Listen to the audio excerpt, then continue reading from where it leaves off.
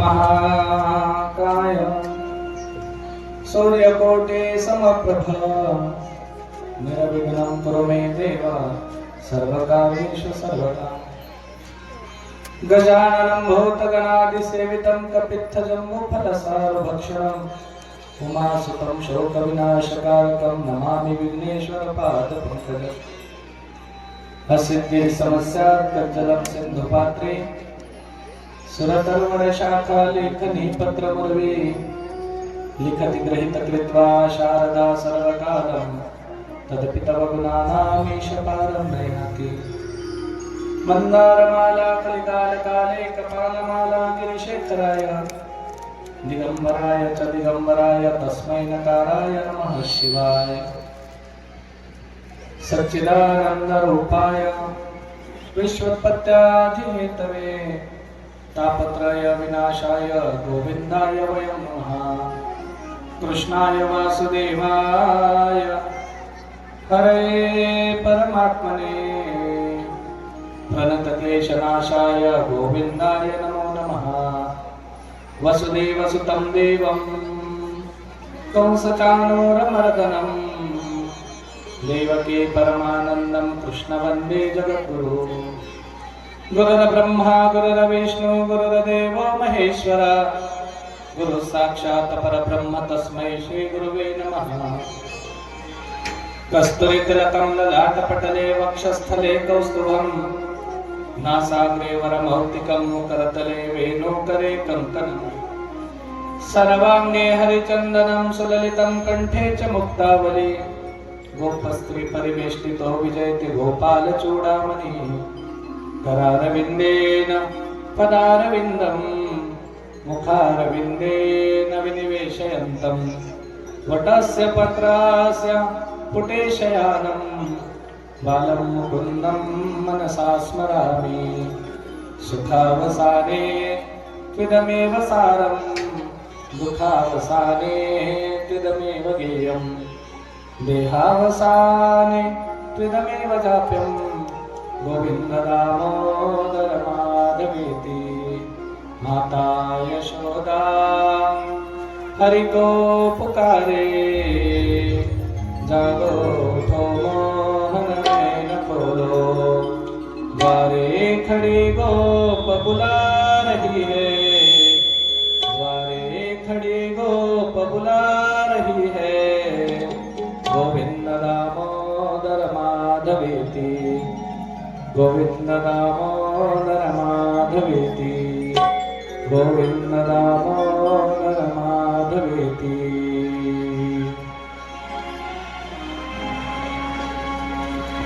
राधे कृष्णा कृष्ण कृष्णा राधे राधे। राधे श्याम श्यामा श्याम श्यामा राधे राधे।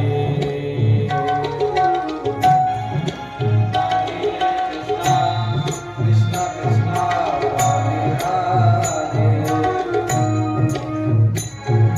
राधे श्याम राधे श्याम श्याम राधे राधे।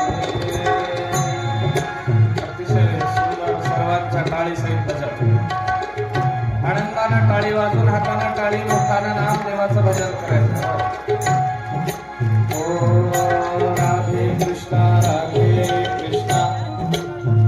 कृष्णा कृष्णा राधे राधे। राधे श्याम श्यामा श्याम श्यामा राधे राधे। राधे कृष्णा कृष्णा कृष्ण कृष्ण राधे राधे।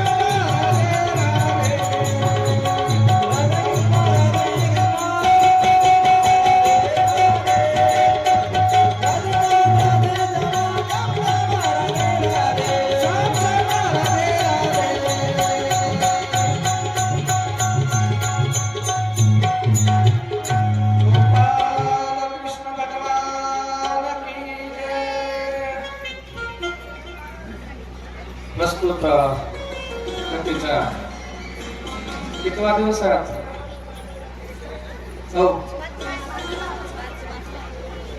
कसं आहे, महाराज लोकांचे चुकू शकतात, तुमचं बरोबर आहे सांगत.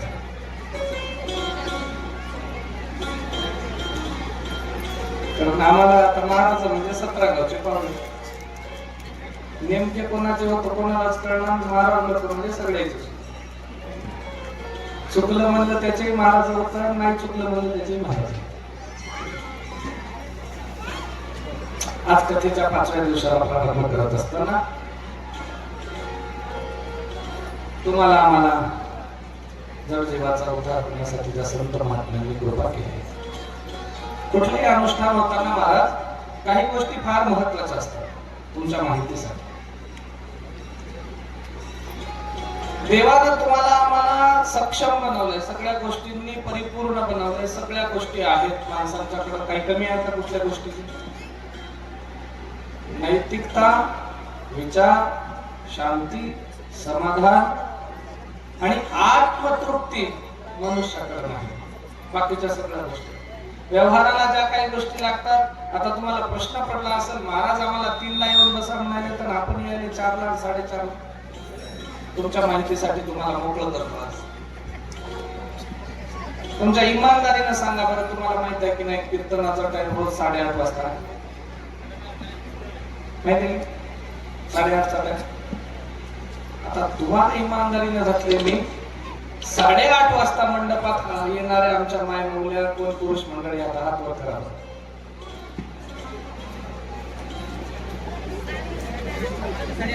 करा हात वर करा. हा पटकन. हा 8:30 ला येणारे मी बोलणार आहे आज संध्याकाळी.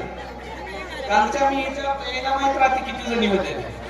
हा 8:30 ला हजर राहील. बाकीच्या याला काय बिमारी आली.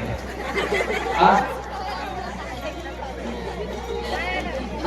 संसार करताना त्रास तुम्हाला होतो संसारात, आम्हाला होतो का तुमच्या संसाराचा त्रास? ही भागवताची कथा, ही गंगा, हा सप्ताह अशा पद्धतीने करायचा. हा माझा अट्टाहास होता. मी आपल्या कमिटीच्या लोकांना सांगितलं होतं पुढच्या वर्षी आपल्याला कथा लावायची. मागच्या वर्षी जी तारीख होती ती तारीख आपली वेगळी होती तुमच्या माहितीसाठी, आणि आपण आता तिथी निवडली माझ्या हिशोबाने, है ना? त्याच्यामुळं मागच्या वर्षी जेव्हा सांगितलं तेव्हाची तारीख वेगळी होती, आणि या वर्षी जेव्हा सांगितलं आताची तारीख वेगळी. आपण तिथीवरती सप्ताह सुरू केला. जेव्हा कमिटीची सगळी मंडळी माझ्याकडे आली, बापू तुम्ही कथा करू म्हणले होते आणि त्या कथेची आपल्याला जाडजोड लावायची आहे, त्यावेळेला मी स्पष्ट शब्दात सांगितलं होतं का माझ्या हातावरती दुसऱ्या गावची एक भागवत कथा आहे आणि ती मला करत करत तुमच्याकडे यावं लागते. तुमची इच्छा असेल तर अशा पद्धतीने आपण करू, नाही म्हणत असाल तर मग पुन्हा बघू.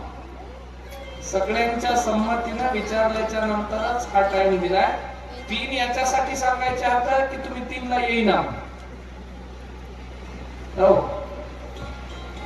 आणि 4 ला कथा सुरू करायची. शेवटचे 3 ते 4 दिवस मी सांगितलं होतं की मला 4 दिवसाची अडचण येते आणि तुम्ही म्हणत असाल तर अशा पद्धतीने करायचं. बोलत असताना विचार करून बोलत जा. कमीत कमी कुणाला बोलायला याचं भान ठेवत जा. आम्ही तुमच्यासारखे सामान्य माणसं नाही, एखाद्या मठाचे, एखाद्या संस्थानाचे संस्थानिक आहोत. आणि काय तुम्हाला काय मरी आली नाही गावातच, हा घरी बसल्या काय मंडपात बसल्या काय धाड पडाली का तुमच्या? महाराज आले नाही, आता कसं होईल, पळून गेला महाराज, कसं करता आता? अरे काळ उरावरती बसल्याच्या नंतर काय करणार आहात तुम्ही? महाराज जाऊ द्या, महाराज हे शरीर तात्पुरतं आहे, महाराज शरीर संपणार आहे, उद्या संपत. कोणाला माहिती येता एखादं तिथून तुमचं कथेचं व्हायला आम्हाला मोजून 45 मिनिटात तिथं हजर व्हावं लागेल नांदेडवर. 10-15 मिनिटं थोडं आल्याच्या नंतर अंगावरचा आळस जावं, बाहेरून आपण आलो सरळ कथेच्या व्यासपीठावरती कसं जावं, शिवाशिव होते. कुणी लघुशंकेला जातं, कुणी पिलेलंच माणूस येऊन पाया पडतं, कुणी कुठलं काही कुणाचंही शिवाशिव झालेलं येऊन पाया पडतं. मग आपण तसंच त्या कथेच्या व्यासपीठावर कसं जायचं म्हणून 5 मिनिटं जाऊन हातपाय धुवून ते काय म्हणतात आचमन करून यावं लागतं. आपल्याला काय घरी जावं, तुमच्यापेक्षा जास्त सुचिरभूत आम्हाला राहावं लागतं. कारण या व्यासपीठाची पायरी चढत असताना काही मर्यादा येतात. घरातून निघालं डोळे चोळत चोळत कडाकड जांभळ्या देत आलन कीर्तनात बसले, एवढं सोपं नसतं व्यासपीठावर बसलं. भानावर असल्यासारखं बोलत जा. आणि संसारातला कितीही मोठा माणूस झाला, राजा जरी झाला, श्रीमंत झाला, ऐश्वर्य संपन्न झाला, हजारो माणसांचा नेता जरी झाला, तरी महाराज लोकांना बोलायचा अधिकार तुम्हाला पोहोचत नाही. त्याच्यासाठी दक्षता घ्यायचा. आणि आम्ही माणसं म्हणजे काय कुणाचं ऐकून घेणाऱ्यातले नाही. आम्ही संन्यासी आहोत. रक्ताचे नातेवाईक, जन्मदाते मायबाप सर्वांना सोडून समाजात फिरतोय. कशासाठी? या समाजाचं भलं झालं पाहिजे, या समाजाचं चांगलं झालं पाहिजे. तुम्ही ऐकणारे 1000 आहात, सांगणारा एक. इथं एक आहे, हाच एक दुसरीकडे जातो, तिथे ऐकणारे 1000 आहेत, सांगणारा एक. तिथून परत आता संध्याकाळी आणखी तिकडं कंधारकडे कीर्तनाला जायचं, तिथं हजारो लोक बसतात, त्यांना सांगणारा एकच आहे. मग एवढ्या लोकांना सांगायचं हे काय फक्त पोटाचा व्यवसाय नाही महाराज. हे जड जीवानं या संसारामध्ये असताना यांना थोडा थोडा का होईना कळत न कळत परमार्थ घडला पाहिजे, आणि त्या परमार्थातून या लोकांना थोडीशी या संसारिक कामातनं उणीव त्या ठिकाणी भासू नये. परमार्थातनं देवाची थोडीशी प्राप्ती होण्याचा एखादा रस्ता कळावा आणि चांगल्या पद्धतीनं अशा या स्वतःच्या जीवाचं स्वहित मनुष्याला साधता यावं, त्याच्यासाठीचा अट्टाहास आहे. तुमच्या माहितीसाठी हे पोटासाठीचं साधन नाही, लक्षात ठेवा. आता आम्ही येता येता 2-4 मायनावल्या वट्यावर बसून होत्या. वट्यावर बसून काय चर्चा कराल, त्यातून कोणत्या वेदातलं भाष्य चालू होतं तुमचं? हा, आम्हाला बोल एक आलामाय महाराज कुठून गेला होता?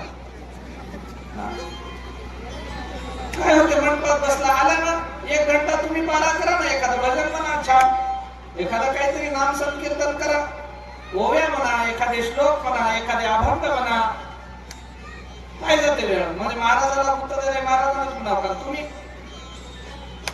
असं करत जाऊ नका. हे माणसं पोटतिडकीनं तुमच्यासाठी फिरायले, हे बंडू पाटील, हे केशव पाटील, हे सगळे कमिटीचे, एक दोघांचे नाव देण्यापेक्षा ज्याने एवढा हे उपाय केला ना, ते सगळे तुमच्यासाठी फिरायले. तुम्हाला काय, आपल्याला घडलेली दान दक्षिणा देणगी काय द्यायची, ती पट्टी काय काय द्यायचं ते द्यायचं, मोकळं व्हायचं. हे आमच्यासारखे एवढे विचित्र माणसं सांभाळायचे कोण? 8 दिवस त्याच्या पाठीमागे फिरा, त्याला लागलेलं बघा. 12 वाजता आम्हाला मुरमुरे लागतात खायला, तुम्ही कडाकड जांभळ्या झोपी जाता घरी, कोण द्या? 6 वाजता चहा लागते, एकाला 4 वाजता चहा लागते सकाळी. ही व्यवस्था आहे. कधी कमी कधी जास्त होत असतं. आपली सुरुवात आहे, आपल्याला खूप लांबचा प्रवास करायचा आहे महाराज. आणि तुमच्या माहितीसाठी 10-10, 20-20, 30-30 वर्ष ज्यानं सत्य केले त्याला एवढं सुंदर नियोजन जमत नाही जेवढं पोमनाड्याच्या लोकांनी एवढं चांगलं नियोजन केलं. हजारो लोकांच्या समोर लोकांना ही व्यवस्था तयार करता येत नाही, ती तुम्ही सहज गतीने केली का? कारण पाठीमागे तुमच्या संतांचा आशीर्वाद आहे. संतांचा आशीर्वाद कायम डोक्यावरती राहायला पाहिजे, याच्यासाठी तत्पर राहा. कुठं काय आपल्याला आता मोहिमेवर जायचं नाही, कुठं काय कुठल्या कार्यक्रमाला जायचं नाही, आणि निवांत वेळ आहे. ठरवलेल्या टायमापेक्षा 1-1.5 घंटा आपल्याला पुढेही जाता येतं, मागेही जाता येतं, ते आपल्या मनावर आहे. सगळे आपण एका जीवाचे आहोत, वेगळं कुणी नाही. त्याच्यामुळे कथा हरीची आहे, ती कधीही आपण करू शकतो. मागं पुढे झाल्याचं काही त्या ठिकाणी नाही. आणि तुम्ही कुणी बोललात किंवा न बोललात, सारखे फोन लावले, याचं काही आम्हाला काही दुःख येते. कारण वजन घेऊन हिंडत नसलं तर जागेवर बसावं लागते महाराज. एका गावच्या हात आहे, गावगाव हेच बोम आहे. तुम्हाला वाटते आपल्या सगळीकडे असंच राहते. बरं, ही व्यवस्था कशी? बरं, आता 7 दिवस कोणाला लावसाल तुम्ही? महाराज आले का? कुठं आले? 7 दिवस झाल्यावर तिकडं धडकून कामर ना महाराज, पुन्हा लावणार का? कारण आपलं काम झालं. आपल्याला कथा ऐकायची होती, कथा सांगायची होती, कथा सांगली, ऐकली, विषय संपला. असं नसते. नातं प्रेमाचं आहे, नातं भगवंताचं आहे, नातं ईश्वराचं आहे, नातं संतांचं आहे. आणि हे कायम आपल्याला चालवायचं. लक्षात ठेवा, ही हरीची कथा आहे. तुम्हाला आम्हाला प्रत्येकाला आनंद देणारी आहे, प्रत्येकाच्या जीवाचा उद्धार करणारी आहे आणि संतांची प्राप्ती करून देणारी ही कथा आहे. त्याच्यामुळे संत महात्म्यांच्या पावलांवरती चालताना थोडासा संयम बाळगायला शिका, आनंदानं भजन करायला शिका, आणि कथा ती गोड पद्धतीने श्रवण करायला शिका. कालच्याही पेक्षा अर्ध्या तासानं अगोदरच आपण प्रवासामध्ये आहोत. काल 5ला कथेला आलो. सुंदर असणाऱ्या कथेला प्रारंभ करूया. सर्वांचं त्या ठिकाणी भगवान परमात्मा कल्याण करो याच कामनेसह कथेच्या पुढच्या भागाकडे वळू. छोटस भजन, त्यानंतर कथा. गोपाल कृष्ण भगवान की जय. काळी कमळी वाला मेरा यार रे, काळी कमळी वाला मेरा यार रे, मेरे मन का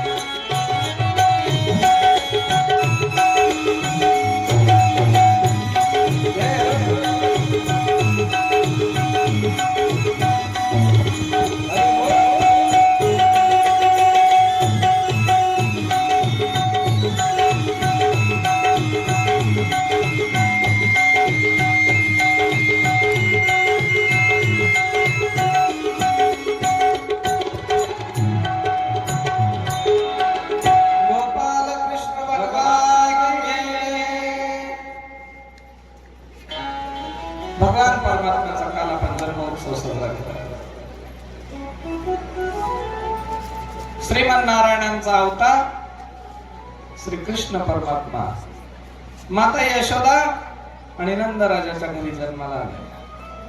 मुळात माता देवकीच्या आणि वसुदेवांच्या पोटी जन्मलेला कृष्ण परमात्मा नंद आणि यशोदेच्या घरी जाऊन पोहोचला. अवघ्या गोकुळाला आनंद झाला आणि गोकुळाला आनंद झाला.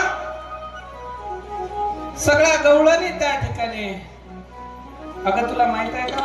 ती म्हणली का? अगं का या नंदाच्या घरी लेकरू जन्माला आले. मग आनंद व्यक्त करायला लागले, प्रेम व्यक्त करायला लागले. कंसाचा वध करणारा त्या ठिकाणी तो परमात्मा परमेश्वर होता. अंधाऱ्या रात्रीत उजेडाकडे त्याला आणून सोडण्यात आलं आणि त्या देवाचं स्वरूप पाहून सगळे त्या ठिकाणी मोहित झाले.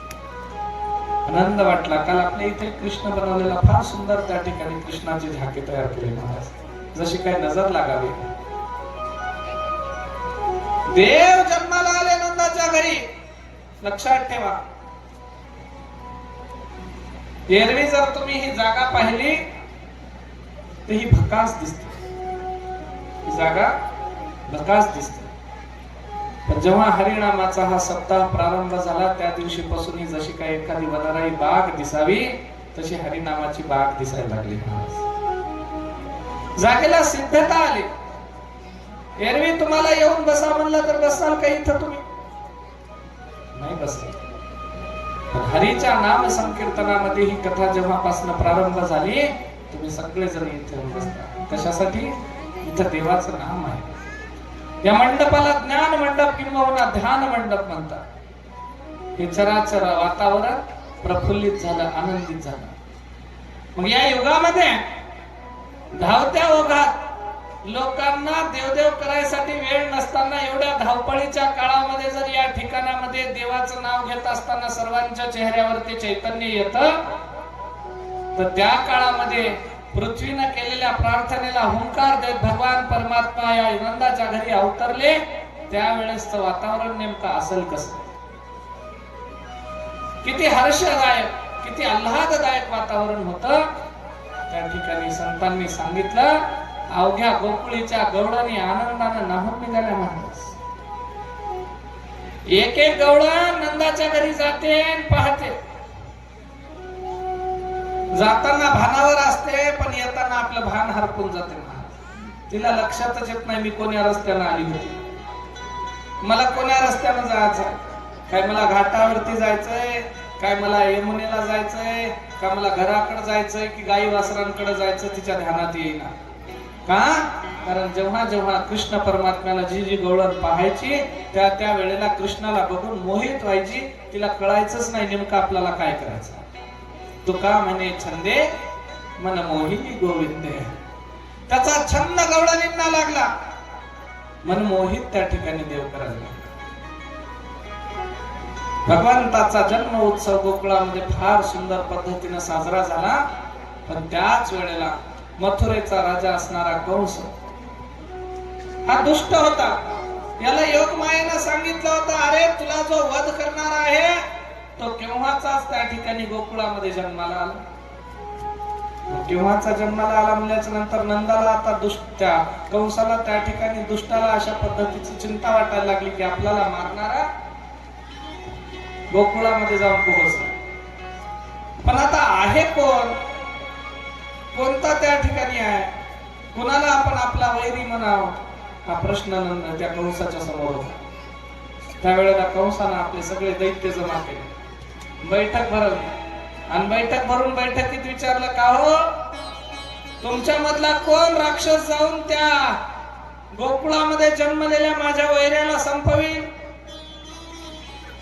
आता सगळे म्हणले संपवा येईल खराय, पण नेमकं कोणता म्हणून संपवा? त्यावेळेला कंसानं सांगितलं, अष्टमीच्या रात्रीला, श्रावण अष्टमीला, अष्टमीच्या रात्रीला जी जी बाळ गोकुळामध्ये जन्मलेली आहेत सगळ्यांना मारून टाकायचं. सगळ्याला मारायचं. आता वाटलं कुणाला लावायचं, पाठवायचं कुणाला? कारण राक्षस म्हणून पाठवता येत नव्हतं. नंद राजाचा पराक्रम, सामर्थ्य आणि अधिकार तितका होता. मग कसं पाठवायचं? त्यावेळेला एक मावशी उठली, राक्षसीबाई, राक्षसाची बायको राक्षसी उठली आणि तिनं सांगितलं मी जातो म्हणली त्याला संपवायला, तुमचा वैराचा नायनाट करायला मी जाते. मग कंस राजाला सांगितलं ठीक आहे म्हणले तू जाशील, पण तू संपवशील कसे? तिनं सांगितलं मी माझ्या स्तनाच्या अग्रभागावरती, स्तनाग्रावरती त्या ठिकाणी विष लावून जाईल आणि त्या रात्रीला जी जी त्या ठिकाणी जन्मलेली बाळा आहेत सर्वांना दूध पाजून मारून टाकेल. कंस म्हणला काही हरकत नाही, तू मागलेली धनसंपदा तुला मी देऊन टाकतो. मी नाही म्हणजे ठीक आहे. गेली महाराज. पण जाताना आता ही राक्षसी म्हणजे काय साधी सुधी असते का? राक्षस कसे असतात? अकराळ विक्राळ दिसतात, रागीट चेहरा, केस असे विचकटलेले, दात असे सुळे सुळे आणि शरीर त्या ठिकाणी आवाढव्य. एवढं आवाढव्य शरीर धारण करून जायचं कसं? गोकुळातले लोक ओळखून घेतील. मग काय करायचं? त्यावेळेला एका सुंदर अप्सरेचा वेश धारण करून, ती गवळणीचं स्वरूप धारण करून, जशी काय स्वर्गीची अप्सरा आहे, देवांगना आहे, अशा पद्धतीचं स्वरूप धारण करून नाम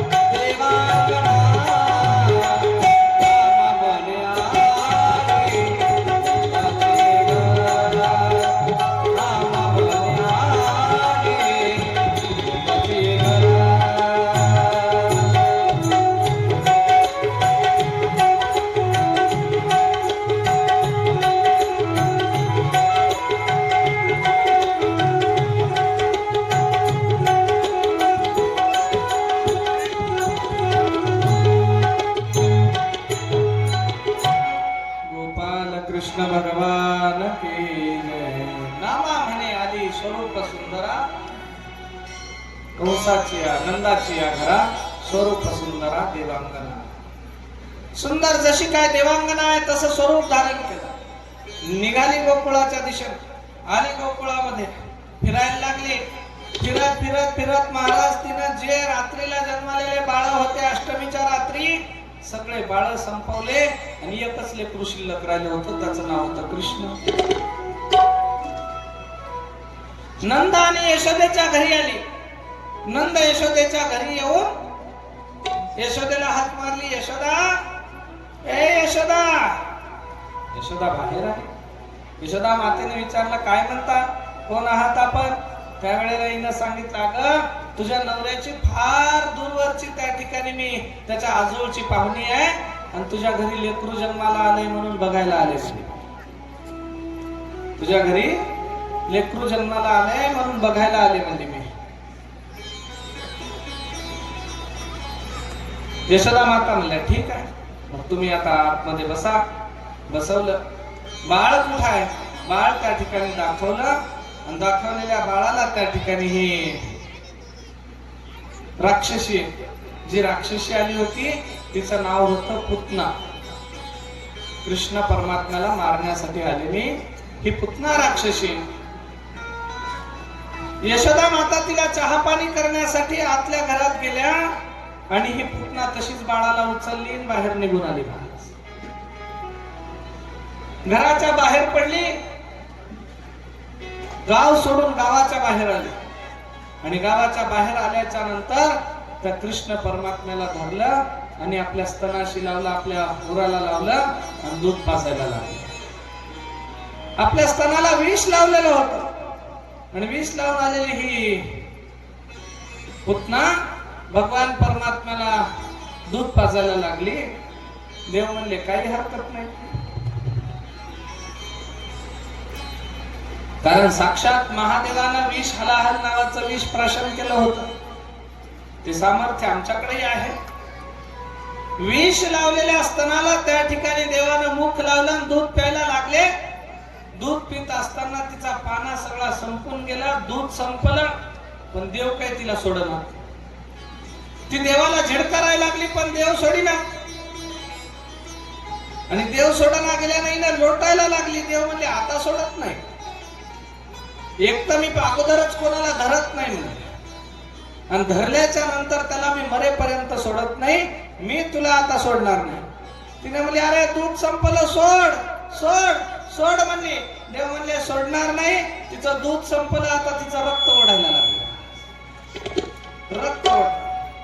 रक्त ओढलं, रक्तही संपलं. तिचे पंच प्राण आकर्षण केले आणि पुतना नावाची राक्षसी धाडकन पडली.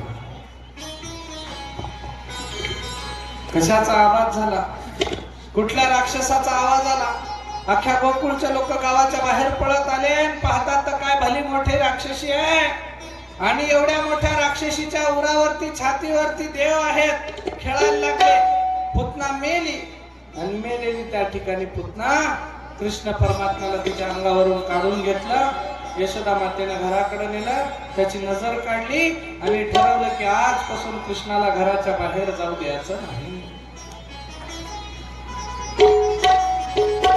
बाहेरचा अनोळखी माणूस कृष्णापर्यंत न्यायचा नाही. यशोदेनं ज्या पद्धतीनं ठरवलं त्या पद्धतीनं देवाला आता घरातच ठेवायला. बारसं झालं. बारसं झाल्याच्या नंतर नामकरण करण्यात आलं. त्याचं नाव ठेवलंय बाळाचं कन्हैया. कान्हा म्हणून नामकरण त्या ठिकाणी ठेवण्यात आलं. कृष्ण नाव ठेवण्यात आलं. का? कारण हे बाळ दिसायला काळं सावळं होतं. कुंडली तयार करायची होती. त्यावेळेला गर्गाचार्य नावाचे ऋषी बोलवले. तुम्ही सुद्धा तुमच्या घरी जन्मलेल्या लेकराचं कुठल्या तरी एखाद्या ज्योतिषाकडे, एखाद्या महाराजाकडे जाऊन कुंडली बनवत असाल ना? बनवता का? नाही बनवत?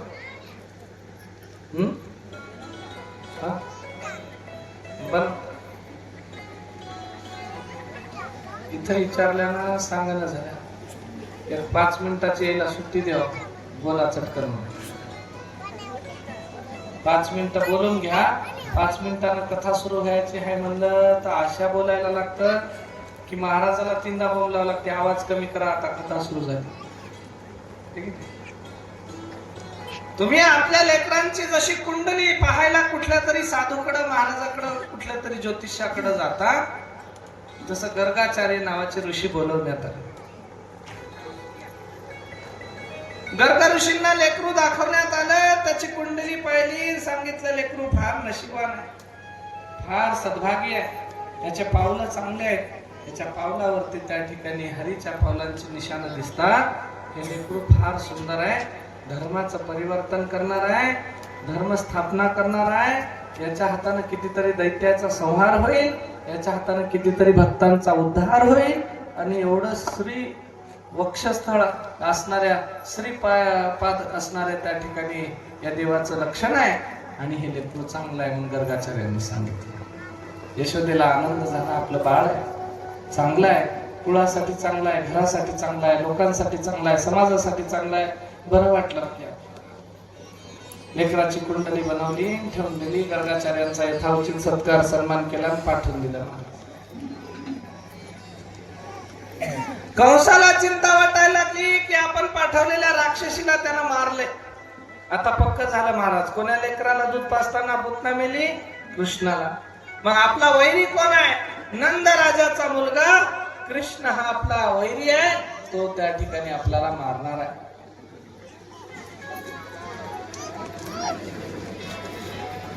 मग या कंसानं आपले पुन्हा राक्षस मंडळी बसवली.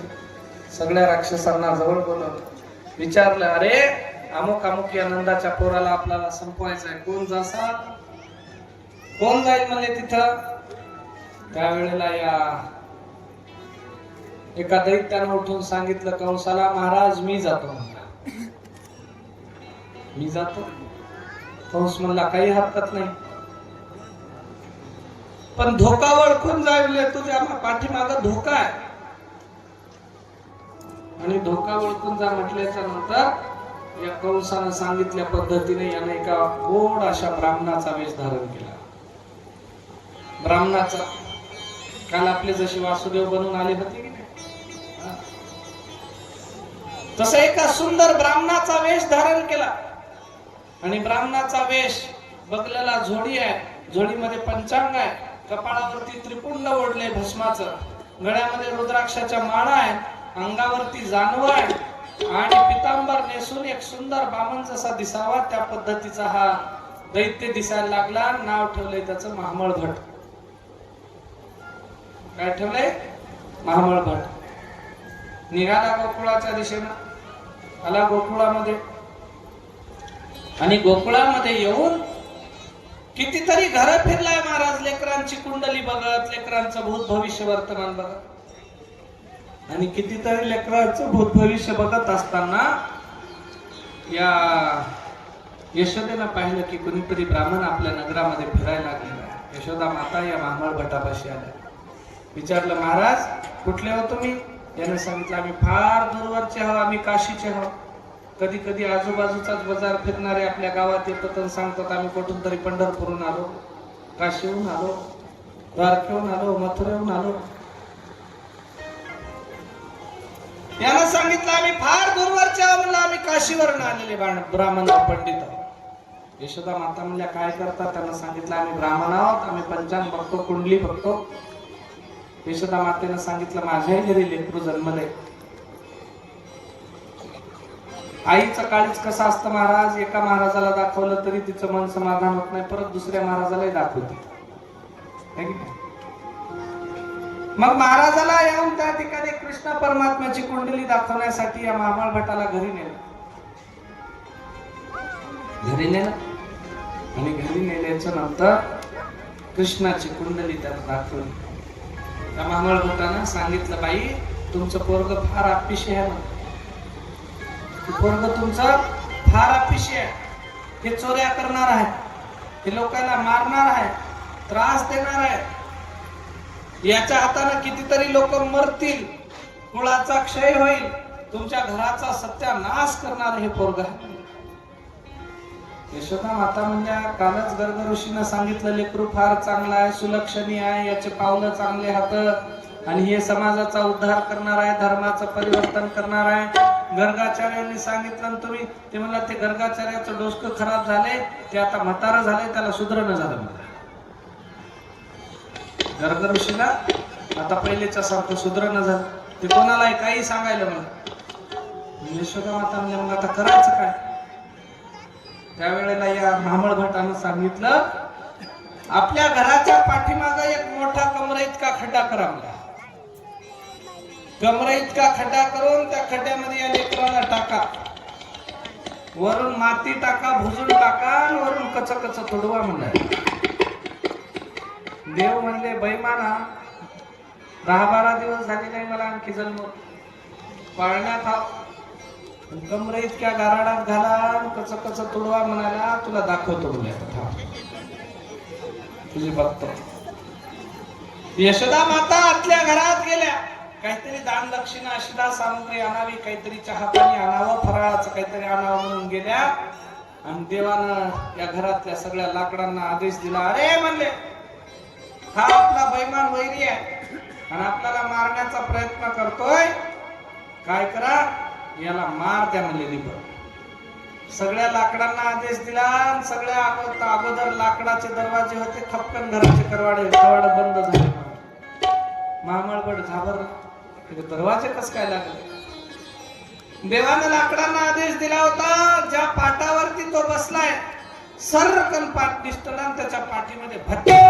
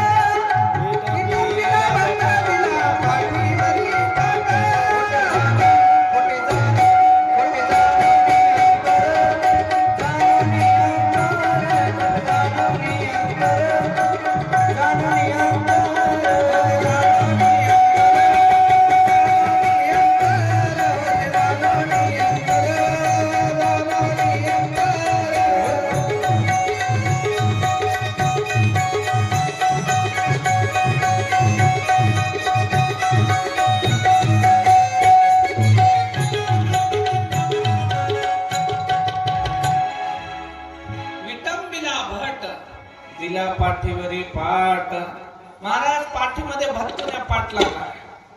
घरात बाज होती, बाजाचे सगळे गात तर ठावे निघाले, बद मारायला लागले. यानं म्हणला मेलो रे, वाचवा कस करू. दरवाजा लावून पळायसाठी प्रयत्न करतोय, पण दरवाजा निघाला. देव म्हणले आणखी तुझी फजिती व्हायचीच आहे, थोडा थांब. आणखी मार बसायला लागला. हाका मारतोय, पण देवानं माया अशी रचवली की यशोदेला हाक जाईना, आवाज जाईना. मार बसायला लागला आणि मार बसता बसता जाऊ द्या म्हणताना देवानं हलकच कवाड काढलं. महाराज आमचं जानवं तुटून गेलं, हातातलं पंचांग फाटलं आणि दरवाजा निघाला, पळाय गेला. देवानं खटकन दरवाजा लावला. त्या दरवाजात त्याचं पितांबर अडकून पडलं, नागराज पळा सुटला. जानवे तुटले,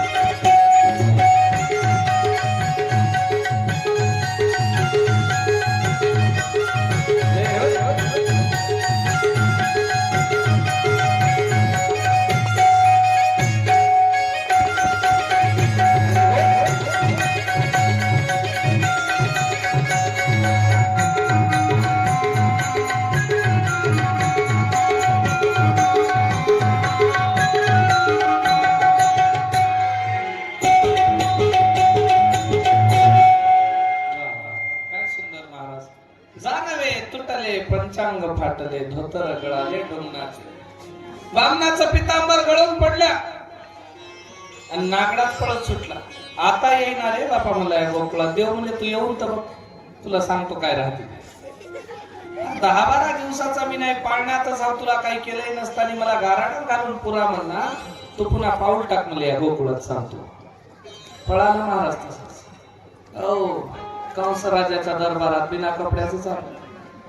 कंसाने विचारलं काय झाले, काय करा म्हणला. अरे हा, ते काय बरोबर नाही म्हणला. तिथं जाण्यात काय अर्थ नाही. तुमचे पैसे नका, तुमचं धन नका, काही नका. मार. पाठीवरचे वन दाखवायला लागला महाराज कंसाला. कंस म्हणला हे असं आठवणार नाही. हात जोडले पुन्हा जाईना म्हणला आता गोकुळात. देव म्हणजे तुझ्यासारख्या साध्या सुध्याची गोष्ट नाही म्हणजे, इथं लई बलवान पाहिजेत म्हणजे. आणि मग देवाला त्या ठिकाणी सुंदर स्वरूप आहे कृष्ण परमात्म्याचं. देवावरती सगळ्या गवळणी मोहित व्हायला लागल्या, आनंद व्यक्त करायला लागल्या. महाराज म्हणजे गोकुळीच्या सुखा अंत पार नाही लेखा, बाळ कृष्ण नंदा घरी आनंद नरनारी. सगळ्यांना आनंद झालेला आहे. इतका आनंद महाराज की त्या आनंदाची सीमा नाही. तुम्ही आम्ही लेकरांवरती प्रेम करतो, पण तुमचं आमचं प्रेम त्या लेकरापाशी हाव तोपर्यंत त्याच्यावर प्रेम असतं, पुन्हा बाजूला गेलं की दुसऱ्यावर प्रेम होतं माझं. संसारातले काम कुठल्याही त्या वस्तूमध्ये आपण भुलून जातो. पण कृष्णाला पाहणारी जे लोक होती, एकदा पाहिलं की त्याला आता दुसरं काही सुचच ना. देवाचं चित्त त्या ठिकाणी त्यांना लागतं. आणि हे चित्त त्या ठिकाणी देवानं आकर्षित केली. चित्ताची चोरी त्या कृष्ण परमात्म्याने केली. आणि केल्याच्या नंतर गवळणींना काही सुधारत नव्हतं. हरिने माझे हरिने चित्त, हरिने माझे हरिने चित्त, हरिने चित्त, हरिने माझे हरिने चित्त.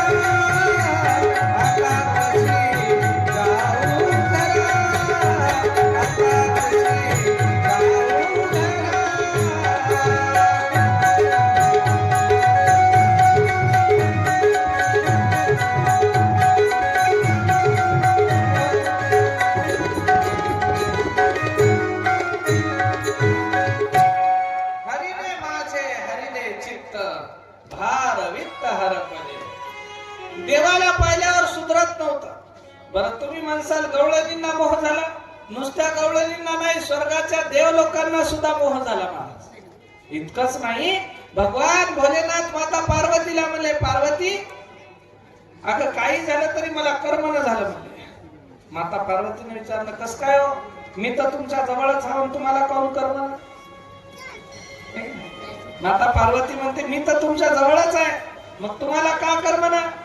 कधी कधी जवळ असल्यावरच करमत नाही आणि कधी कधी जवळ नसल्यावर करमत नाही. एक जण आपल्या लाडक्या बायकोला लाडकीच राहते, तुम्हाला मग कशी राहते, आपल्या लाडक्या बायकोला माहेरी पाठवण्यासाठी बस स्टँड वरती आला. तिला बस मध्ये बसवलं आणि बस मध्ये बसून पाठवून दिला. जाता जाता ढसा ढसा रडायला लागला. महाराज bye bye bye bye bye bye. लोकांनी विचारलं, का रडतोस रे? म्हणले, काय सांगा म्हणला, या एसटी बसून माझी बायको गेली म्हणला, आता माहेरी मला करमना. या एसटीत बसून माझी बायको माहेरी गेली, मला करमना झालं म्हणला, म्हणून रडायला लागला. त्याच्या शेजारी दुसरं एक लढू लागलं, ते जोर जोरात दौडायला. याच माणसाने त्याला विचारलं, तू का रडायला लागला? दादा, ज्या एसटीने याची बायको गेली ना, त्याच एसटीने माझी बायको परत यायली म्हणून लढायला होता. त्याच एसटीनं का? आता मग डोसकं खाते. आठवच घराकडे नव्हती, सत्याला म्हणून माहेरी गेली होती, मला फार चांगलं वाटलं मला. हो, सुख होती, शांती होती घरामध्ये, किरकिर नव्हती, कटकट नव्हती. आता परत यायली म्हणलं, आता मग काळीच धडधड करावी. माता पार्वती म्हणली, देवा मी तुमच्या शेजारी बसून आहे, तुम्हाला का करमना? महादेव म्हणले, अगं किती दिवस झाले भगवान श्री हरी कृष्णाचा अवतार धारण करून गोकुळात बसले आणि त्यांना पाहावं वाटायला लागलं. त्याला पाहण्यासाठी मोह झाला. मोह झाला म्हणल्याच्या नंतर माता पार्वती म्हणली, जाऊन बघून या. बघून या म्हणल्याच्या नंतर महादेव म्हणले, असं डायरेक्ट जाता येत नाही, त्या घरामध्ये यशोदा आहे आणि यशोदा म्हणजे देवाची माय होय. देवाच्या माई पुढे आपलं काही चालत नाही. कधी कधी देवा पुढे चालेल, पण देवाच्या माय पुढे काही चालत नाही. हो, डायरेक्ट जाता येत नाही म्हणले तिथे. आणि तिनं बंधन घातलं. या पुतण्यानं जेव्हापासून खेळ करून ठेवला, तेव्हापासून ती अनोळखी माणसाला घरातच येऊ देईन झाली. माता पार्वती म्हणल्या, तुम्ही वेश पालटून जा. ते म्हणले, आता वेश घ्यावा तर कोणाचा घ्यावा? घ्यावा तर कोणाचा घ्यावा? त्यावेळेला शंकरांनी वेश धारण केला एका साधूचा, योग्याचा वेश धारण केला आणि भगवान परमात्मा यशोदेच्या दारामध्ये आले. श्री शंकर परमात्मा महादेव यशोदेच्या दारात आले. महादेवानं हाक मारली, आई कोण आहात घरात? भिक्षा देता का? अलख ओम भवती भिक्षाम देई माई. यशोदा माता बाहेर आली. बोला महाराज, काय सेवा करू म्हणले? भिक्षा देता का? महादेव म्हणले, माय आमच्या ऐकण्यात आलंय, आम्ही त्रिकालदर्शी आहोत, तुमच्या घरी फार सुंदर लेकरू जन्माला आले म्हणून. माता यशोदा म्हणल्या, मग त्या लेकराला एकदा पाहू देता का? यशोदा मातेनं सांगितलं, बिलकुल पाहू देणार नाही, माझ्या लेकराला नजर लागायला लागली. तुम्ही कुठून आला? कोण आहात तुम्ही? महाराज माणसं. तुम्हाला काय पाहिजे? भिक्षा पाहिजे ना? मुकाट्यानं भिक्षा घ्या, चालते व्हा म्हणली. देव म्हणले माय भिक्षा घ्यायला आलो पण आता लेकरू बघल्याशिवाय जाऊ वाटत नाही. ते आगाव शांतपणा करायचा नाही. म्हणजे पाहिजेत असेल तर घ्या नाही तर चालते व्हा. म्हणजे लेकरू भेटणार नाही. महादेवाला राग आला. महादेव म्हणले लेकरू दाखवल्याशिवाय भिक्षाच घेणार नाही. मग यशोदा माता म्हणली चालते व्हा मी जाणारही नाही. म्हणले इथंच बसतो दारामध्ये. कोण म्हणते? महादेव. बघा आईचं चरित्र किती मोठं असतं. कृष्ण परमात्मा आईच्या पोटी जन्माला आले आणि त्रिभुवनाचा देवाधिदेव महादेव तिच्या दारात बसलाय. मला देव एकदा दाखव. तिष्ठायला लागला महाराज. काकलुतीला यायला लागला आणि महादेव काकलुतीला येतोय. यशोदा माता म्हणल्या बसा की इथंच मरा. मला सांगू नका. भिक्षा लागत असेल तर घ्या नाही तर निघा म्हणली. महादेव म्हणले जीव गेला तरी आता इथून हलत नाही. मला त्या लेकराला दाखव नाहीतर मग मी इथंच बसतो. खूप वेळ बसले. यशोदा माता म्हणली तुला तर दाखवतच नाही. आता हट्ट करायला लागला. आता तर दाखवतच नाही. त्यावेळेला महादेवाने कृष्णाला हाक मारली. कृष्णा म्हणजे देवा अहो मी घंट्यापासून दारावरती बसून आहो तुमच्या. उन्हाचे दिवस आता गरमी व्हायची. मला खालून तळतळ खालून नाही गरम वरून नाही ऊन कसं करू म्हणले मी तुमच्या दारात बसून. आणि आता तुम्ही संकल्प केला म्हणले आता पण केलाय तुम्हाला पाहिल्याशिवाय जाणार नाही. तुम्ही काहीतरी व्यवस्था करा. कृष्णदेव म्हणजे देवा वैकुंठात असलं तर तुमचं ऐकत होतं पण मी आईच्या बंधनामध्ये हाव आणि त्यातल्या त्यात मी पाळण्यात हाव. मला काय चाला येईना बोला येईना. मी कसं करू म्हणले. आई जोपर्यंत परवानगी देत नाही मला पाळण्यातून तुमच्यापर्यंत आणत नाही तोपर्यंत काही मी येत नाही. महादेव म्हणले देवा मग अशाला माझं मरण इथंच आहे. काही करा तुम्ही आणि काहीतरी व्यवस्था करून माझ्यापर्यंत येण्याची सोय लावा म्हणजे तुम्ही. त्यावेळेला कृष्णदेव म्हणले बरं थांबा काहीतरी करतो तुम्ही काळजी करू नका. आणि देवानं जोरात रडायला सुरुवात केली. जोर जोरात रडायला लागले. यशोदा स्वयंपाक घरात तिकडे गेली. आतल्या घरात देव आहेत पाळण्यामध्ये रडायला लागले. यशोदेनं जवळ घेतलं. त्याला उली उली उली उली करायला लागली. त्याला खेळवायला लागली. लेकरू कसं शांत होईना महाराज. या खोलीतून त्या खोलीत त्या खोलीतून त्या खोलीत पण लेकरू शांत होईना. देव म्हणले तुम्ही बघाच आता रडतो कसं. आणि रडायला लागले. रडते माझे बाळ समजावी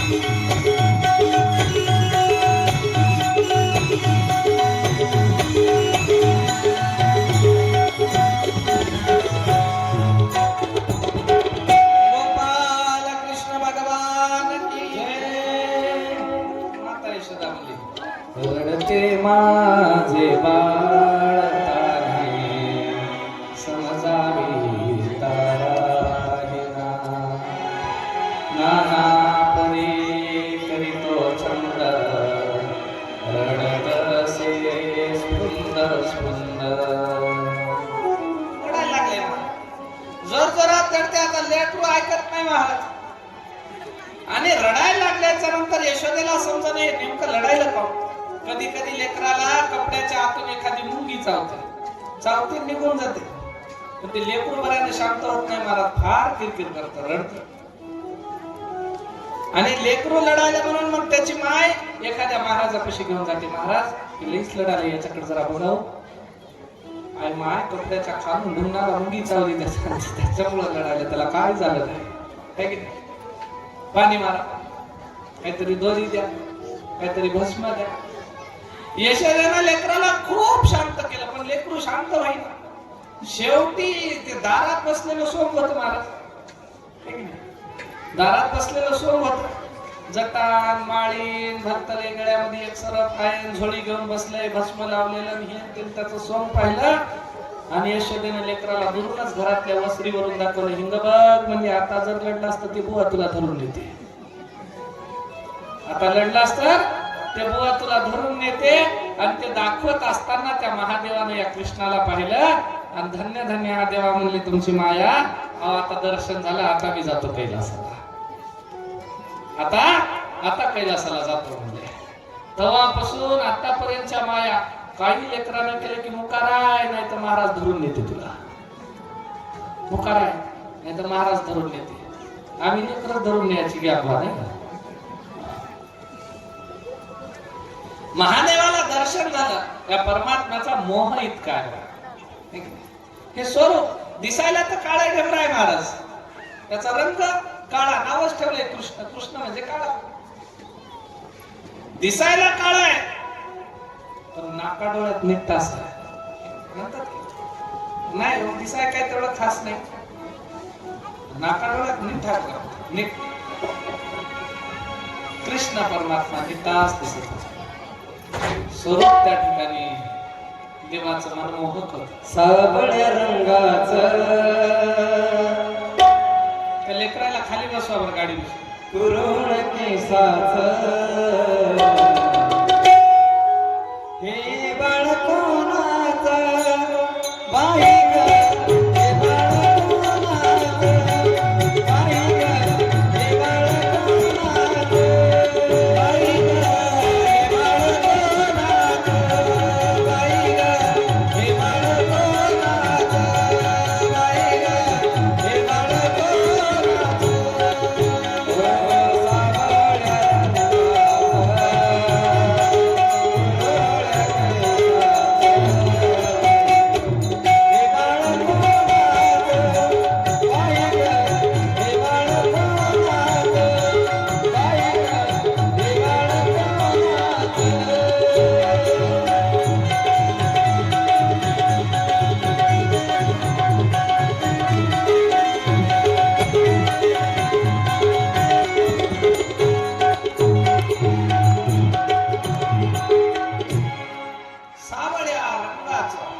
कुरळ्या केसाचं बाई ग, हे बाळ कोणाचं.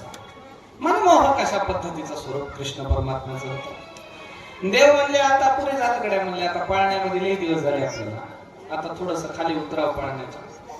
आणि म्हणून पाळण्याच्या खाली उतरून देव आता रांगायला लागले महाराज. रांगणारा देव एका हातानं त्या ठिकाणी लंगडतोय, एका हातानं पुढं पुढं घसरतोय. आपल्या या तळवे तळहात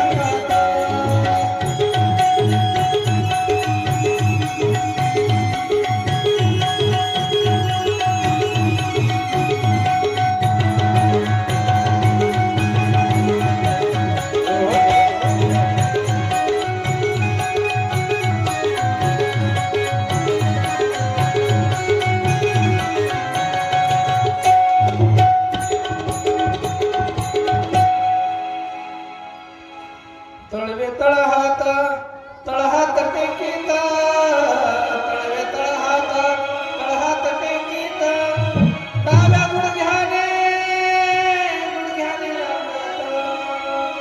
महाराज म्हणजे एक हात टेकायला लागलं आणि एका गुडघ्यानं रांगत रांगत आता खेळायला लागलं. हो, खेळते आणि खेळता खेळता या कृष्णानं आई आपली रई लावत होती. रई लावता लावता भांड्यात त्या ठिकाणी दही, त्या ठिकाणी दह्याचं मंथन झालं, लोणी जमलेलं. लेकरू रांगत रांगत आलं. आई जराशी रई बाजूला ठेवून काहीतरी कामाला गेली आणि यानं त्या भांड्यात येऊन हात घातला असा. हात घातला, सगळं लोणी लागलं. ते असं असं चाटता चाटता सगळ्या तोंडानं घासून घेतलंय. यशोदा स्वयंपाक घरातून येते, पाहते तर काही लेकरालाच पाहत असते. काय मायाचं तोंड काळ दिसतो, वाढ दिसायला लागलं, त्याच्यावर पांढरपट लोणी हाय, कसं दिसतंय. काय याचं वर्णन करावं महाराज.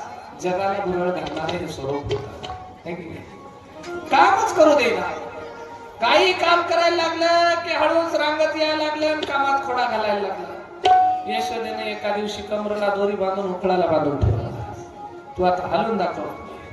देव फुगून बसले, आता रुसले. आणि रुसल्याच्या नंतर यशोदेचं सगळं काम झालं आणि ध्यान आली बाई लेकरू उखळाला तातून आहे, सोडावं लागते. सोडायसाठी म्हणून गेले आणि त्यावेळेला कृष्ण मला आम्हाला बोलूच नको, आता तू काही गरज नाही मला बोलायची. माझा जीव केवढा, उखळ केवढा, त्याला बांधून ठेवलंच मुला मला तू.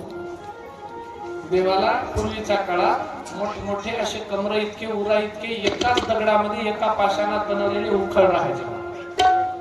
हो, आणि उंच वट्यावरती उभं राहून स्त्रिया मोठ्या मुसळानं त्याच्यावरती कांडण करायच्या. ते काळानुरूप बदललं आणि एवढ्या एवढ्या धोंड्याला इतकं छिद्र पाडून घरात ते जमिनीला वही लेवलला ठेवलं महाराज. उखळ मुसळ तेही संपलं. खलबत्ती आले, खलबत्ती गेले. आता मिक्सर आले, मिक्सर गेल्यानं काय काय येते की मग या कृष्णाची एक एक लीला व्यतीत होत होती. देवाला मारण्यासाठी खूप राक्षसांनी सुद्धा प्रयत्न केला, पण देवानं प्रत्येक राक्षसाचं त्या ठिकाणी निर्धारण केलं. रांगत रांगत आता लीला खूप झाल्या म्हणले, आता काय करावं लागते, आता चालावं लागतं. देव चालायला लागले.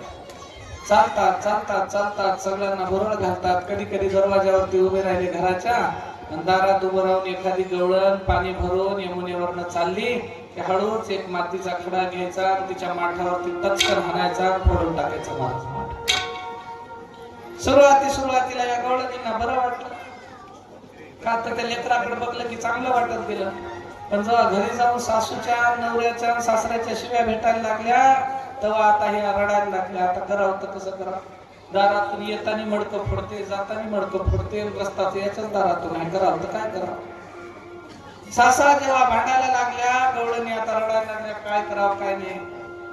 त्यावेळेला कृष्णाच्या आईला सांगतात, बाई तुमच्या लेकराला काही सांगावं. फार खोड्या करायला लागला. आम्ही सुरुवातीला 2-4 मडके फुटोस तर काही म्हणलो नाही. आता रोजच्या रोज सासूच्या कुठं शिव्या खावा. पहिलेच्या सासवा सासरवास करत गेल्या, आताच्या सुना सुनवास करायला लागल्या सासूला. राहायचं असेल तर नीट राहाय म्हणा त्या म्हातारीला घरात,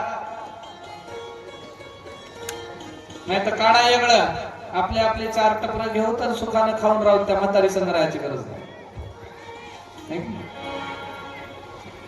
जमाना बदलून गेला, काळ बदलला. पहिलेच्या सासाने जर सुनायला त्रास केला नसता तर आताच्या सुना त्रास करत नव्हत्या. तुमचं तुम्हाला खटपट आम्हाला. काळ बदलला. 4 दिवस सासूचे 4 दिवस गवळणी रडतात या यशोदेपाशी. यशोदा म्हणली, बाई माझ्या लेकरावर आळ घालत राहू नका ग, तुम्हाला बरंच दिसणं झाली म्हणजे माझ्या लेकराचं. काही म्हणता लेकरू आहे किती गुणाचं आहे, किती चांगलं आहे, किती सजळ आहे, त्याच्यावर नाव घालता म्हणले तुम्ही कधी पण. कृष्णाला समजावून सांगितलं, कृष्णा तू त्याचे माठ फोडतो का. देव म्हणला, नाही काय मी कशाला माठ फोडू, हे अशाच म्हणतात मला गवळणी माझ्यावर नाव घालतो. आईला कसं आहे महाराज, आपलं लेकरू सांगलेलं खरं वाटतं. आणि तुम्ही गवळणी कपट करायला लागल्या, माझ्या लेकरावर नाव घालायला लागल्या म्हणले यशोदा. कधीतरी याला धरून दाखवा मग बोला, असं बोलू नका म्हणजे माझ्या लेकरावर नाव घालू नका. मग आता काय करायचं काय नाही. 4 सवंगडी जमा केले.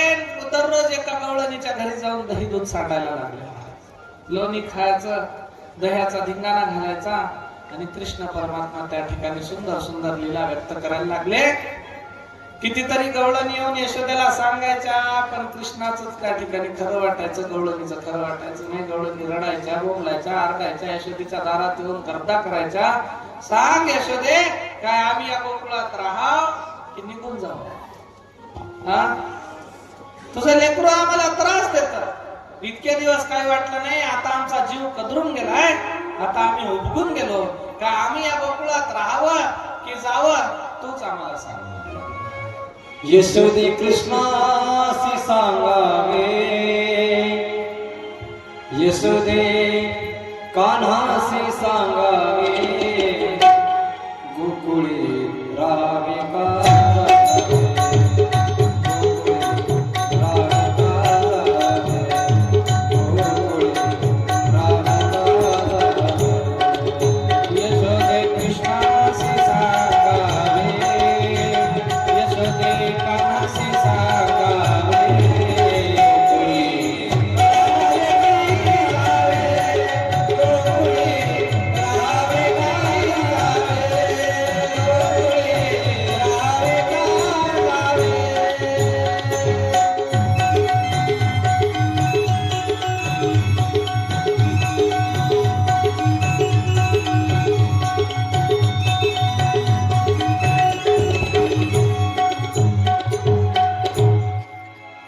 यशोदे कृष्णासी सांगावे, यशोदे कान्हासी सांगावे,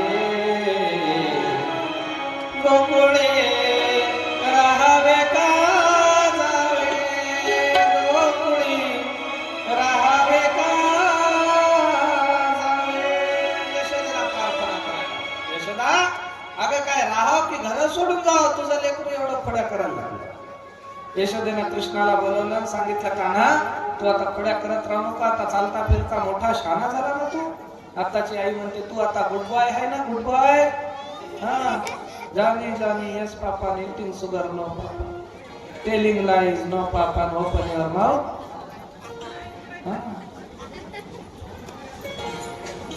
तू आता खोड्या करत जाऊ नको बाळा. त्या गोकुळच्या बाया सगळ्या हरडायला लागल्या तुझ्या नावाने. काय कर म्हणले, तू आता उद्यापासून काय कर, तुला खेळायचं आहे ना, तुला मजा मस्ती करायची आहे ना, मग तू आजपासून उद्यापासून आता घरी राहू नको.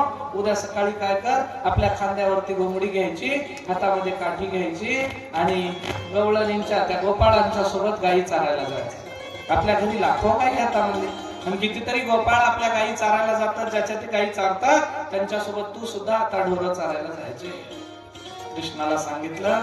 दुसऱ्या दिवशी सकाळी सुंदर मोर मुकुट डोक्यावरती आहे, कमरेला बासरी आहे, खांद्यावरती घोंगरा, हातामध्ये काठी, त्याला घोंगर चुनचुन चुनचुन वाजायचे घोंगर, आपली भाकरी सोबत घेऊन कृष्ण परमात्मा वृंदावनामध्ये गेले. देवाना वृंदावनामध्ये लीला केल्या. तिथेही दिवसभर जनावर चारायची, गाई गोपाळांच्या सोबत राहायचं, बासरी मधुर मधुर बासरी वाजवायची, त्या बासरीचे स्वर छेडायचे आणि कितीतरी गवळणींना बोलवायचं. ज्यानं कानावरती बासरी पडली, ज्याच्या कानावर, ज्यानं त्या बासरीचे स्वर ऐकले, ते तिथंच काम सोडून बसायचं. दिवसभर काम सुधारायचं नाही. दिवस मावळतीला जेव्हा कृष्ण त्यांना बासरीतनं मोकळं करायचा, घरी येऊन ज्याचे ते शिव्या खायच्या.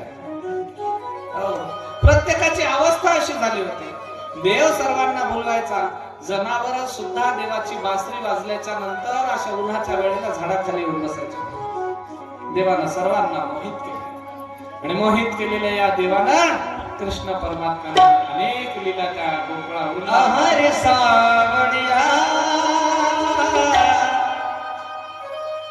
कसी वाजवली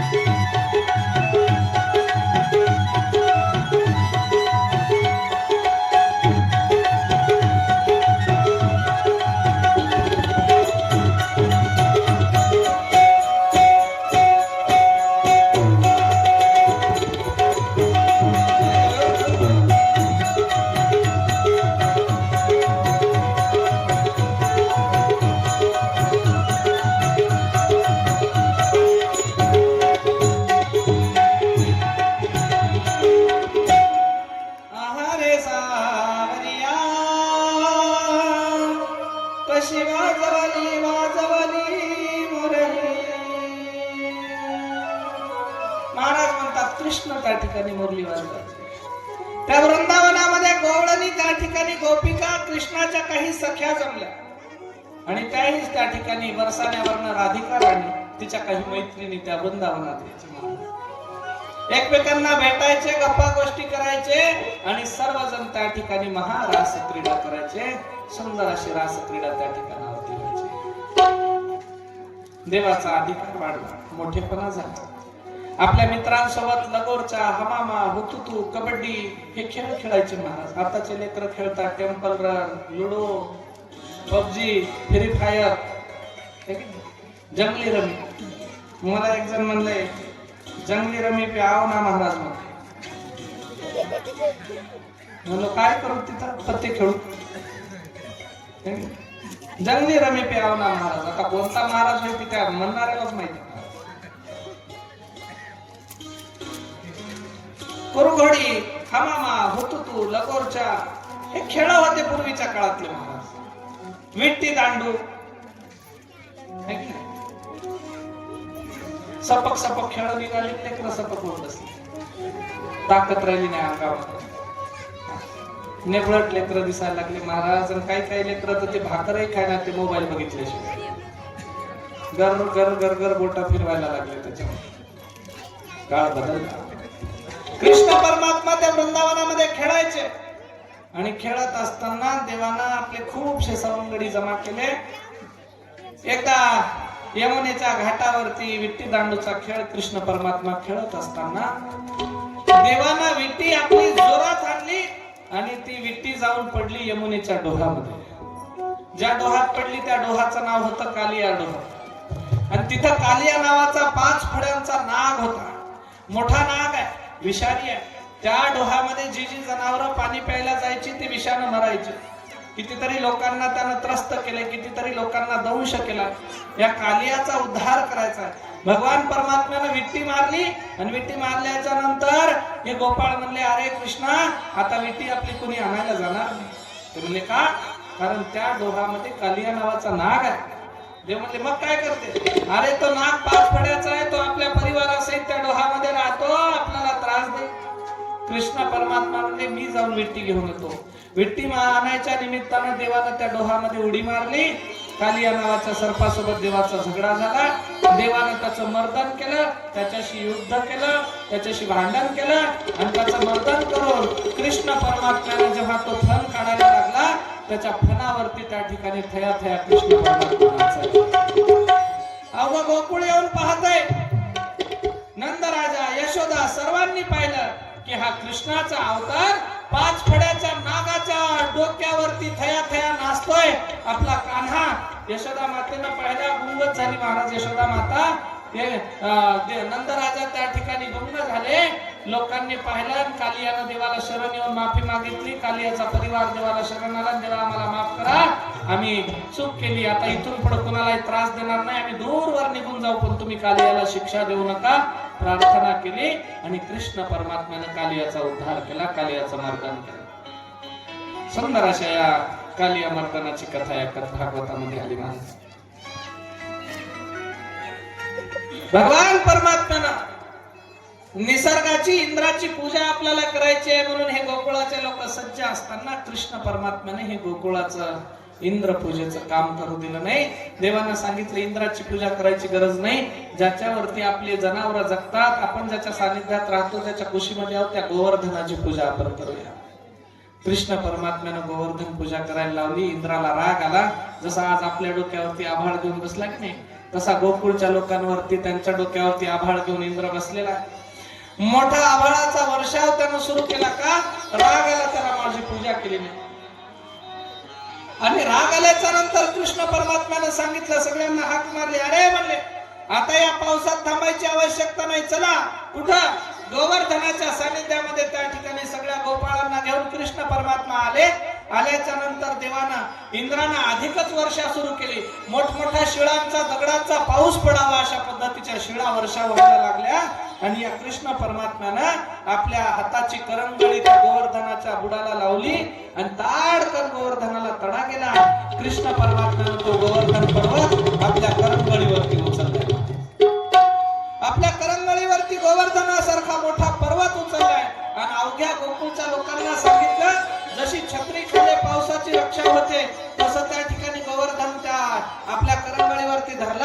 सगळ्या गोपाळांना बोलवले, सांगितलं याच्यातच राहा, आता बाहेर जाऊ नका. इंद्राला राग आला, इंद्रानं मोठमोठा पाऊस आणखी वर्षाव सुरू केला. अवघ्या गोकुळामध्ये महापूर आहे, भयंकर पाण्याचा वर्षाव सुरू होता. पण त्या ठिकाणी कृष्णानं पर्वताच्या खाली, या गोवर्धन पर्वताच्या खाली सर्वांना धारण केले, सर्वांना आसरा दिला. एका हातानं करंगळीवरती पर्वत आहे, दुसऱ्या हातानं कृष्ण परमात्मा बासरी वाजवायला लागले. 7 दिवस कृष्णानं त्या ठिकाणी बासरी वाजवली आणि 7 दिवस इंद्रानं पाऊस पडला. पण देवाने याला खबरच लागू दिली नाही बाहेर काय चाललंय ते.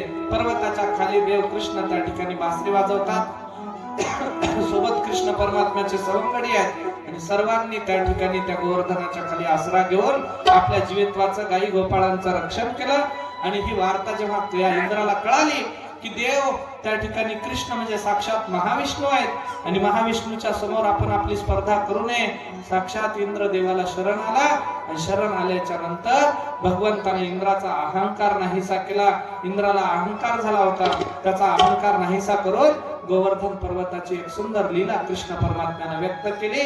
आणि आजची कथा याच ठिकाणावरती येऊन थांबलेली आहे. गोवर्धन पर्वत कृष्ण परमात्म्याने धारण केला की गोवर्धनधारी म्हणून त्या ठिकाणी परमात्मा श्रीकृष्णाचं नाव गोवर्धनधारी अशा पद्धतीचं पडलं. देवाची अनेक नावं आहेत, सहस्र नावाचा श्री विष्णू आहे. त्या ठिकाणी भगवान परमात्म्याची ही लीला, ही कथा आज या ठिकाणावरती येऊन थांबलेली आहे. भगवंताचं अनन्य अशा पद्धतीचं चरित्र, लीला चरित्र श्रवण करत असताना आनंदाने त्या ठिकाणी आपण कथा श्रवण करावी. थोडस उशीर झाला तरी काही नाही, तुम्ही कथेचा भाव समजून घ्या. कथा तुम्हाला आम्हाला काय करते, काय सांगते, जीवनाची व्यथा हरण करते, मनुष्याच्या या आंतरिक दुर्गुणांना नाहीस करते, मनुष्याच्या आंतरिक सद्गुणांची वृद्धी करते, त्यांना वाढवते. आणि ही कथा मनुष्याला आनंद देते. म्हणून आनंदानं कथेचं श्रवण करा. अवघ्या गोकुळच्या लोकांनी पाहिले कृष्ण परमात्म्यानं गोवर्धन धारण केलं. आणि त्या वेळेला आता नंद राजाला सगळ्या गोकुळच्या लोकांनी सांगितलं, महाराज तुमचं पोरग फार श्रेष्ठ आहे, म्हणले हे साधं नाही, हे अनन्य साधारण आहे, हे साक्षात परमात्म्याचा अवतार आहे. आणि आमचं नशीब म्हणले या गोकुळामध्ये देव अवतार. सगळ्या गोकुळच्या लोकांनी आनंदाने कृष्ण परमात्म्याच्या नावाने जयघोष केला. इंद्र हरला, इंद्राचा अहंकार गळता झाला. आणि सगळ्या गोकुळच्या लोकांनी आनंदामध्ये क्रीडा करायला, पावल्या खेळायला, उत्सव करायला सुरुवात केली. आणि सगळे आनंदाने त्या ठिकाणी नाचायला लागले. आपणही कृष्ण परमात्म्यासोबत रास क्रीडा खेळूया. सर्वांनी जागेवरती उठून उभं राहायचं. गोपाल कृष्ण भगवान की जय.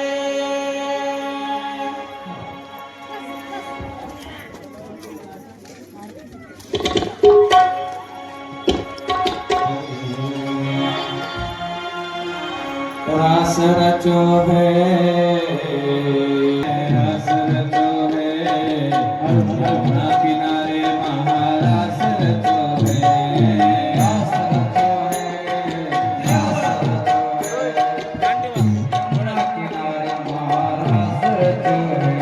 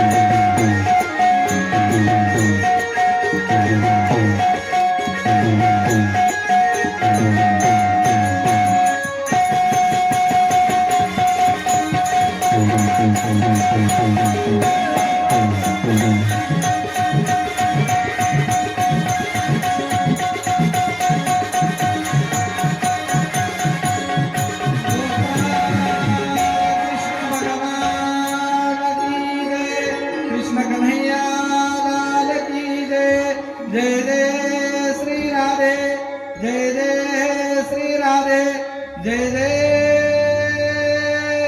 श्री राधे श्याम. एकदा संचासाठी जोरदार टाळ्या वाजवा आणि आपल्या सिस्टीम वाल्यासाठी वाजवा. छान पद्धतीने आज भगवान परमात्म्याची गोवर्धन लीला साजरी झाली. त्यानंतर आरती होईल आणि आरतीच्या नंतर बसायला, त्यानंतर आजची सुट्टी. कॅमेरावाल्यासाठी एक टाळ्या वाजवा. उद्या भगवान परमात्म्याचा विवाह सोहळा आहे. हो, हेच सांगणं आणि हेच बोलवणं. सर्वांना उद्याच्या लग्न सोहळ्याचं आमंत्रण आहे. गुळवाच्या आहेत, मूळ आहे. हो, फक्त येताना रिकाम्या हाताने येऊ नका. कितीलाही बसा तुमच्या मनानं, आम्ही याच तवाच येऊ.